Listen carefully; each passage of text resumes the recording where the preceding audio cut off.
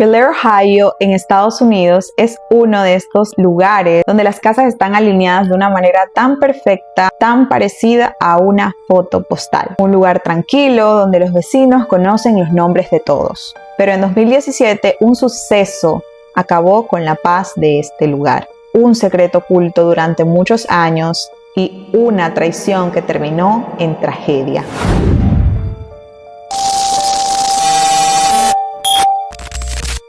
Hola, ¿cómo estás? Mi nombre es Lía y bienvenido a mi canal de YouTube Una Historia con Lía, donde te cuento casos e historias de la vida real. Antes de comenzar, te invito a que te suscribas a mi canal para que sigamos creciendo. Es totalmente gratis, no te van a cobrar ni un solo centavo y dale click a la campanita para que te avise cada vez que yo subo un nuevo video. También te voy a dejar por aquí mis redes sociales si te gustaría seguirme en alguna de ellas. Ya sin más nada que decir, quédate para que conozcas la historia de hoy. Brad Matt Garry, un hombre de 43 años para el momento de los hechos, vivía en Bel Air, Ohio, Estados Unidos, en su residencia solo. Sus familiares lo describen como una persona muy social, carismática, de estas personas que cuando llega a un lugar como que todo brilla. Le gustaba mucho hacer chistes y además era abiertamente gay. Tenía muchas personas que lo querían, pese a que la comunidad de Bel Air para el 2017 todavía era una comunidad conservadora. Cuando decimos conservadores en temas relacionados a la sexualidad, se refiere a personas que todavía no aceptan por completo a este tipo de personas. Sin embargo, Brad era muy querido en esta comunidad. Brad trabajó un tiempo como peluquero, pero por temas económicos, ya que no se daba abasto con los ingresos que tenía a través de la peluquería, tuvo que inscribirse como minero de carbón. Dentro de todo su grupo de amigos, Brad contaba también con la amistad de una familia conformada por David Kenny, Sherry Kenny y la hija de ambos. Brad solía compartir momentos muy agradables con esta familia y tenían planificado para el mes de agosto de 2017 un viaje a Bahamas de vacaciones. El 7 de mayo de 2017 parecía ser un domingo completamente normal. En horas de la tarde, David Kenny, en compañía de su familia, su esposa y su hija, deciden ir a casa de Brad para hacerle una visita y al mismo tiempo devolverle una máquina podadora que días pasados Brad le había prestado a David. Ellos se dirigen al lugar y al llegar a la casa de Brad se siente como un ambiente extraño, como un silencio raro, como que algo estaba fuera del lugar. Pese a que el carro de Brad estaba estacionado en el lugar correcto, la puerta estaba entreabierta, por lo que la familia entra a la casa para tratar de localizar a Brad. Al no encontrarlo a primera vista, deciden recorrer la casa. Sherry se queda en la zona de la sala y cocina y David y su hija se introducen un poco más a la casa por las habitaciones. En ese momento, mientras David busca en uno de los cuartos, le pide a su hija que busque en el sótano. Su hija se dirige al sótano y grita. Es entonces cuando Sherry y David se dirigen al sótano y se encuentran con una escena macabra. En el suelo del sótano yacía sin vida Brad en un charco de lo que parecía ser sangre. Las cosas en el sótano estaban muy revueltas, lo que parecía mostrar que se trataba de un robo que salió mal. No se movía y hasta ese momento la familia no supo cuál fue la causa de la muerte, ni siquiera sabían si todavía estaba con signos vitales. Sherry en ese momento contacta al 911 muy desesperada y explica lo que acaba de pasar. 11 del condado de Belmont, ¿dónde es su emergencia? Hola, Elizabeth, quédate ahí. Ok, ¿qué está pasando? Está respirando, oh Dios mío. El amigo de mi marido está muerto, está en el suelo. Hay sangre por todas partes. Dios mío, tiene una herida de bala en la nuca. Voy a vomitar. La policía se dirige a la casa de Brad. No puedo creer esto. Estoy tratando de no enloquecer. Lo siento, no puedo dejar de ver eso. Se supone que no debo ver eso. ¿Por qué no vas desde el principio? ¿Cómo llegaste aquí? Eso de ahí, el desmalezador, era todo el plan. ¿Le ibas a traer el desmalezador? Sí. Aseguran la escena y empiezan con las investigaciones, ya que dictaminaron que Brad no tenía signos vitales. Lo declaran fallecido y se disponen a examinar la escena. El cuerpo de Brad tenía 2 disparos en la cabeza, entre la nuca y el cuello. Los investigadores que llegaron primero a la casa de Brad, al ver la escena de manera superficial y por la poca información que sus amigos en este estado de shock le acababan de decir, entre esas que Brad era una persona abiertamente gay, atan cabos allí de manera superficial y creen que se trata de algo que Brad hizo a propósito. Sin embargo, para este tipo de escenas es necesario que el arma esté en el lugar. Si lo hizo por su cuenta, el arma debe estar en el lugar. Por lo que ellos esperan a otro grupo de investigadores especializados en este tipo de casos. Y cuando llegan estos otros investigadores, especulan que el arma podría estar debajo del cuerpo, lo que es muy usual cuando las personas se desviven a sí mismas. Al mover el cuerpo es cuando se percatan que no había arma debajo del cuerpo de Brad, es decir, que él mismo no se desvivió. Toman fotos del lugar para poder recopilar pruebas y en segunda instancia creen que se trata de un robo que salió mal, puesto que las cosas estaban sumamente desordenadas, habían cajas abiertas, cosas revueltas, todo tirado, en fin, propio de un robo. Pero al mismo tiempo, parte de estos investigadores creían que este desorden lo habían provocado a propósito, como si fuese alguien que tratase de ocultar la razón verdadera del crimen, fingiendo un robo. Ellos se introducen más en la investigación y se percatan que hay muchas cosas de valor que seguían estando allí, es decir, de tratarse de un robo se hubiesen llevado todas estas cosas de valor. Siguen investigando por toda la casa, pero la puerta, aunque estaba entreabierta cuando llegó David y su familia, no presentaba signos de haber sido forzada. Es decir, Brad le abrió la puerta a alguien que aparentemente podría ser un conocido. Y en la primera planta de la casa no había prueba de que alguien hubiese pasado por allí. No habían cosas movidas, no habían objetos, todo el desorden era exactamente en el sótano. Los investigadores inician los interrogatorios con el círculo primario y más cercano, amigos y familiares directos de Brad. En el relato de Sherry, la esposa de David, ella dice que podría tener la sospecha que se tratase de un crimen de odio por la orientación sexual de Brad, ya que cuando Brad asistía a reuniones o fiestas y se encontraba con un grado de alcohol alto en su sangre, empezaba a hacer chistes que probablemente no a todos le gustasen, por lo que quizá alguien con mucho resentimiento planeó todo esto para ir hasta la casa de Brad y cometer este crimen. Pero la policía encontraba con poco fundamento y probabilidad esta opción. David insiste en que quizás se trató de un robo. Al encontrarse atados de manos en la investigación, empiezan a buscar en las líneas de relaciones amorosas pasadas de Brad, a preguntar si tenía algún novio, alguien cercano con quien estuviese saliendo, alguien con quien estuviese hablando, y todos coinciden con que probablemente se trate de la expareja de Brad, porque tenían información de que habían terminado de malas maneras. La policía empieza a investigar acerca del ex de Brad, pero lamentablemente descubren que para el momento de los hechos, esta persona llevaba en prisión 3 meses, por lo que dicen quizá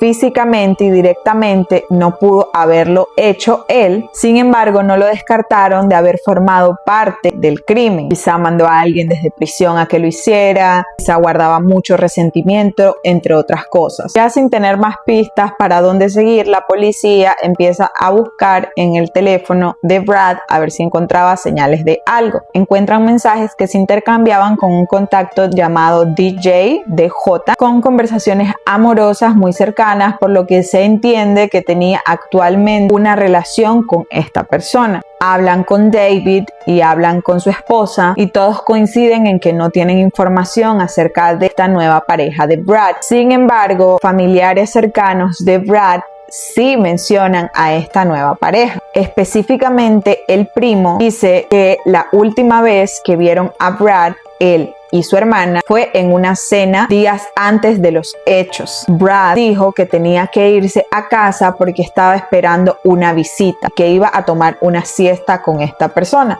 Al decir la palabra siesta, Brad incluye comillas que su primo le menciona al policía en referencia a que él insinuó que no iba realmente a tener una siesta con esta persona, sino que iban a sostener intimidad. Ellos le preguntan que si se trataba de la persona que ya les había comentado en días pasados, y Brad le dice que sí, que es el mismo DJ, nombre que coincide con los mensajes que la policía había encontrado en el teléfono de Brad. Esta persona no tenía más información de este hombre misterioso, solamente sabían que se llamaba DJ. Sin embargo, le dijo al policía que podía interrogar también a su prima porque ella probablemente tenía más información acerca de este hombre. La policía empieza a investigar después de esta conversación que tuvieron con el primo y se encuentran con que un vecino de la casa de enfrente. Tiene cámaras de seguridad que enfocan la calle y con eso la parte de afuera del frente de la casa de Brad. Le piden por favor sus cámaras mientras estos investigadores evalúan estas cintas de la grabación de las cámaras de video. Están conversando con la prima de Brad. Ellos encuentran en las cámaras de video un vehículo que llega esa tarde a la casa de Brad, la tarde en la que se estima más o menos fue la hora del deceso.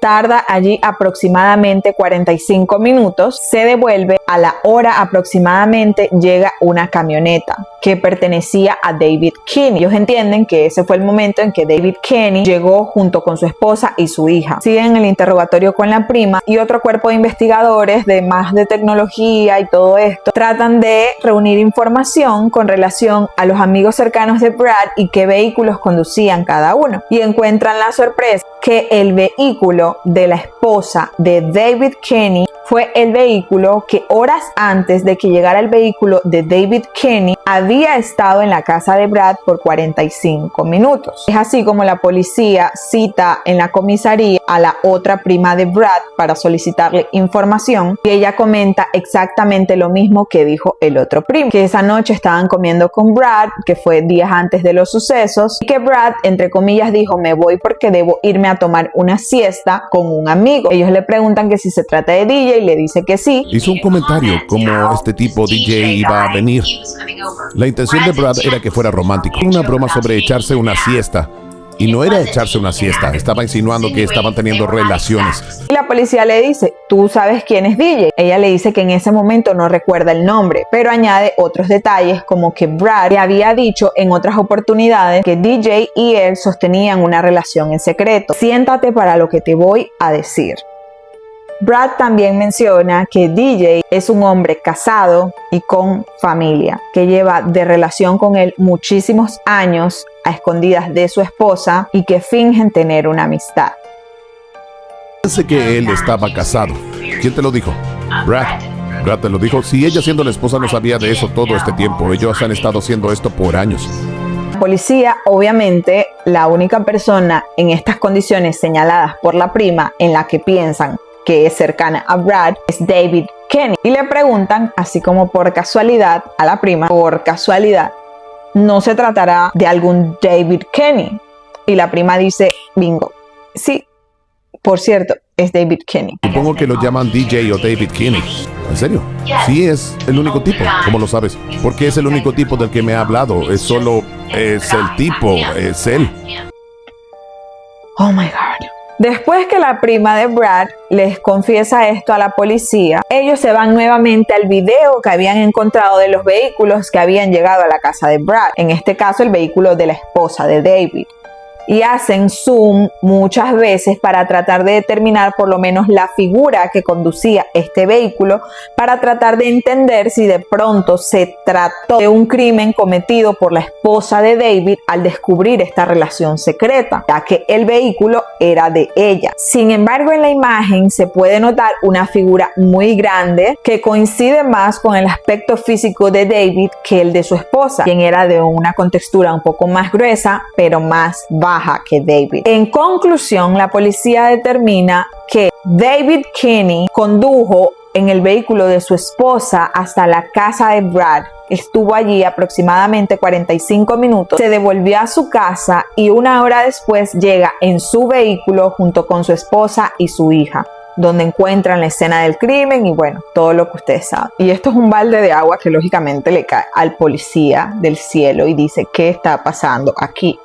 Vamos a investigar a David antes de reunirnos con él en un interrogatorio, pues ya ellos sabían lo que tenían que hacer. ¿Quién es David Kinney? La policía encuentra que David Kinney era un hombre que conoció a Brad en el curso años atrás cuando se prepararon para ser mineros de carbón. David, un hombre para ese entonces soltero, se involucra en una relación amorosa con Cherry, quien ya tenía a su hija, y deciden formar esta familia. No tenía antecedentes criminales, no parecía ser una persona sospechosa, es como quien llamamos el criminal perfecto. En esta frecuencia que sostenía David junto con Brad como amistad, cada día se volvió más cercana y empezaron a entablar una relación amorosa a escondidas de Cherry, fingiendo durante todos estos años, les digo años, no les estoy hablando de 1 o 2 años, les estoy hablando cerca de 6 años, en los que esa mujer todo el tiempo creyó que Brad era un amigo muy cercano de David. La hija de Sherry le decía a Brad, tío Brad. Wow. Ok, es así como la policía cita a David a otro interrogatorio, ya conociendo exactamente las pruebas, pero antes de ese interrogatorio le pidieron que por favor le facilitara el teléfono. Sin embargo, la policía fue muy astuta, no les dijo la razón del por qué necesitaban su teléfono. ¿Qué ocurre? Que cuando la policía llega al lugar de los hechos, David ya había tomado fotos del lugar y había dado una versión que aparentemente parecía perfecta. Además de la coartada que él tenía, que estaba con su familia y además eran quienes lo habían encontrado. Por decir de alguna manera, siempre creyó que estaba seguro y que la policía estaba creyendo en su versión de los hechos. La policía le dice, mira David, necesitamos verificar el teléfono para poder comparar algunas fotos de las que tú tenías allí con la escena del crimen, a ver si hay alguna diferencia mientras nosotros llegamos. Y David, muy tranquilamente, confiado, les dice, ok, aquí está el teléfono. La policía revisa las conversaciones que fueron eliminadas de hecho del teléfono de David y coinciden exactamente con las conversaciones que tenía Brad en su teléfono con este personaje misterioso llamado DJ. Es decir, David Kenny en efecto era DJ. La policía entonces lo cita al interrogatorio. Y este fue un interrogatorio de tensión y presión, señores, porque David hasta el último momento estaba aferrado a su mentira. Él le hizo subir la presión a ese investigador en ese interrogatorio por no admitir la verdad de lo ocurrido. Como sabrán, estos investigadores tienen mucha experiencia en cuanto al lenguaje corporal y algo que resalta del interrogatorio, ya se los voy a dejar para que lo vean, es que David cubría su cara en muchísimas oportunidades con sus manos. ¿Tu esposa eliminó a Brad? ¡Dios mío, no!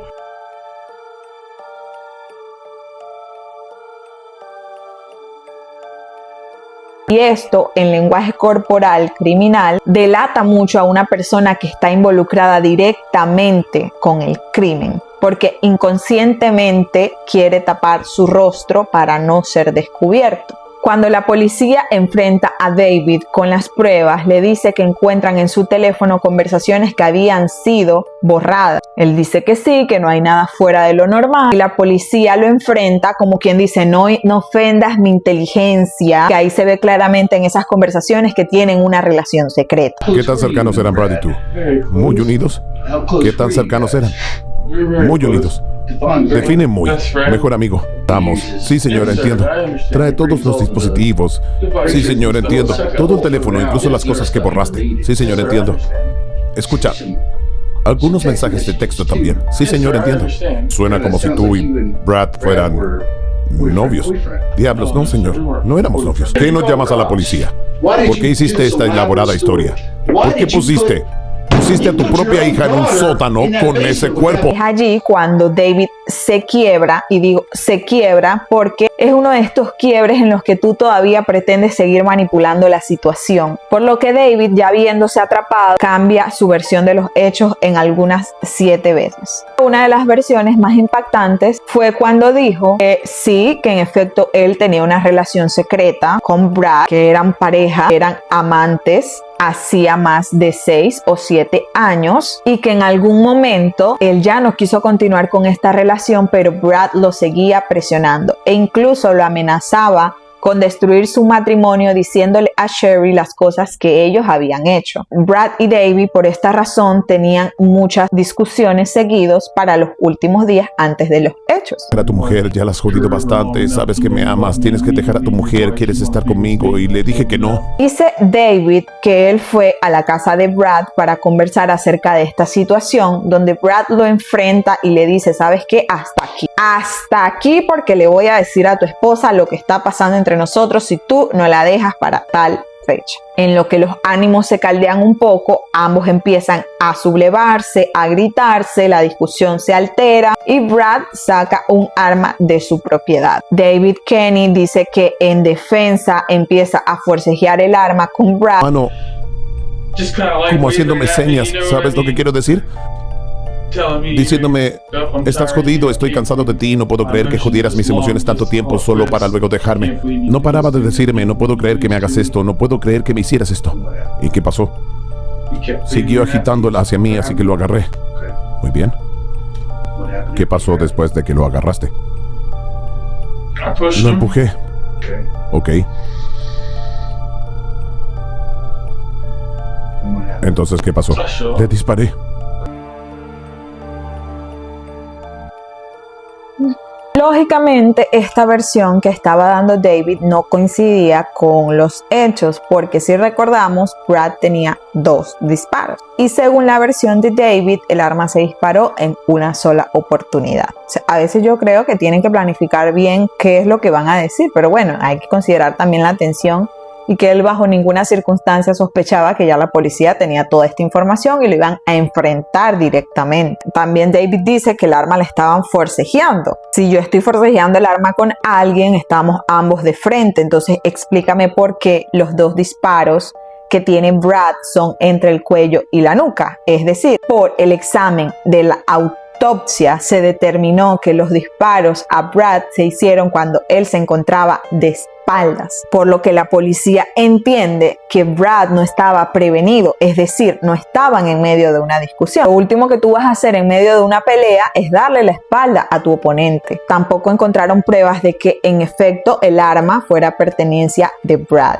Tras muchas horas de interrogación, tratando de que él aceptara y confesara finalmente, David termina, después de cambiar su versión un montón de veces, termina aceptando que sí, que le disparó 2 veces cuando él estaba de espalda, pero que todo fue un accidente. Exactamente al sol de hoy no entendemos qué clase de accidente fue David, pero él dice que fue un accidente. Después de esta fantástica confesión, una de las cosas que más atormentaba a David era que su esposa se enterara de lo que había pasado. O sea, él preguntaba mucho si le iban a decir a su esposa y la policía le dijo, claro que le vamos a decir, o sea, ella tiene que estar informada. Y el juicio entero, esto va a salir en las noticias, se va a enterar toda la familia, es completamente inevitable. Esta es la reacción de Sherry cuando se entera de todo. Room who still had no idea. I